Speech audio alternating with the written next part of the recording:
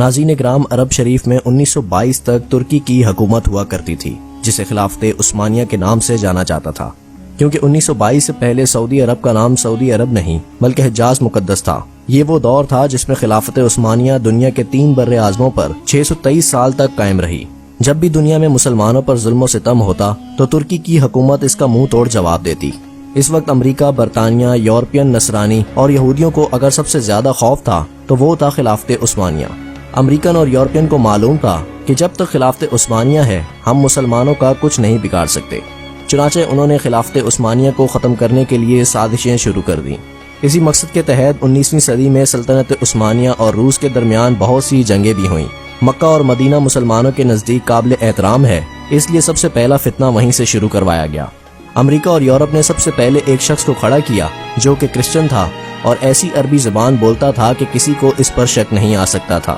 اس نے عرب کے لوگوں کو خلافت عثمانیہ کے خلاف یہ کہہ کر گمراہ کرنے کی ناکام کوشش کی کہ تم عربی ہو اور یہ ترکی اجمی یعنی غیر عربی ہیں، لہٰذا ہم اجمیوں کی حکومت کیسے برداشت کر رہے ہیں۔ لیکن لوگوں نے اس کی ایک نہ مانی اور سازش سمجھ گئے۔ یہ شخص تاریخ میں لارنس آف عربیہ کے نام سے مشہور ہوا۔ پھر امریکہ نے دوسرے شخص کو کھڑا کیا جس کا نام عبد الوہاب نجدی تھا۔ عبد الوہاب نجدی کی ملاقات عرب کے ایک سوداگر سے ہوئی جس کا نام تھا ابن سعود۔ اس نے ابن سعود کو عرب کا حکمران بنانے کا لالچ دیا اور ابن سعود نے مکہ، مدینہ اور طائف میں ترکی حکومت کے خلاف جنگ شروع کر دی۔ چنانچہ مکہ اور مدینہ میں ترکی کے لاکھوں مسلمان ابن سعود کی ڈاکو فوجوں کے ہاتھوں شہید ہو گئے۔ جب ترکی نے دیکھا کہ ابن سعود ہمیں عرب سے نکالنے اور خود عرب پر حکومت کرنے کے لیے مکہ، مدینے اور طائف کے بے قصور مسلمانوں کو شہید کر رہا ہے، تو ترکی نے عالمی طور پر یہ اعلان کر دیا کہ ہم اس پاک سرزمین پر قتل و غارت پسند نہیں کرتے۔ چنانچہ اس وجہ سے خلافت عثمانیہ کو ختم کر دیا گیا، جس کے نتیجے میں 40 نئے ممالک وجود میں آئے۔ خواتین و حضرات، یہ وہ وقت تھا جب حجاز المقدس کا نام 1400 سال کی تاریخ میں پہلی بار بدلا گیا۔ ابن سعود نے حجاز مقدس کے نام تبدیل کر کے اپنے نام پر سعودیہ رکھ دیا، جبکہ اس فتنے کا ذکر احادیث مبارکہ میں بھی ملتا ہے، اور اسی وجہ سے سرکار دو عالم صلی اللہ علیہ وسلم نے سعودی عرب کے شہر نجد کے بارے میں دعا نہیں فرمائی تھی۔ اسی نجد شہر میں عبد الوہاب نجدی پیدا ہوا، جسے انگریزوں نے ایک نئے مذہب کی بنیاد دلوائی، اور یہی شہر مسلمہ کذاب کی جائے پیدائش بھی ہے۔ لیکن دنیا بھر کے مسلمانوں کی آنکھوں میں دھول چونکنے کے لیے اس نجد شہر کا نام تبدیل کر کے الریاض رکھ دیا گیا، جو کہ آج کل سعودی عربیہ کا دارالحکومت ہے۔ چونکہ ناظرین، حرمین شریفین کے جن دروازوں کے نام صحابہ کرام اور اہل بیت کے نام پر تھے، ان کا نام آل سعود کے نام پر رکھ دیا گیا۔ آپ یہ ساری معلومات انٹرنیٹ کے علاوہ تمام تاریخ کی کتابوں میں بھی پڑھ سکتے ہیں۔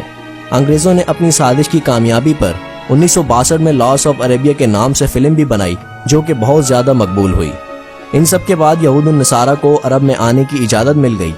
جس دن السعود عرب کا بادشاہ بنا، اس دن ایک جشن ہوا، اور جشن میں امریکہ، برطانیہ اور دوسرے ملکوں کے پرائم منسٹر بھی ابن السعود کو مبارکباد دینے پہنچ گئے۔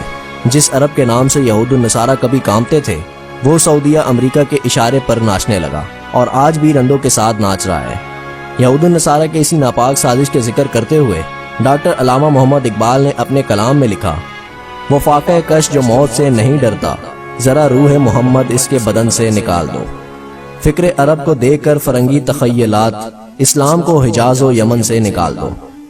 دوستو، علامہ محمد اقبال کے اسی شعر کے ساتھ ہماری آج کی اس مختصر سی ویڈیو کا اختتام ہوتا ہے۔ اللہ تعالیٰ مسلمانوں کو ایسے فتنوں سے محفوظ فرما کر پھر سے خلافت کی دولت عطا فرمائے، اور ہمیں ماضی کے تلخ حقائق کو سمجھنے کی عقل عطا فرمائے، آمین۔ دوستو، یہ تھی ہماری آج کی ویڈیو پسند آنے کی صورت میں ویڈیو کو فیس بک اور واٹس ایپ پر ضرور شیئر کیجیے گا۔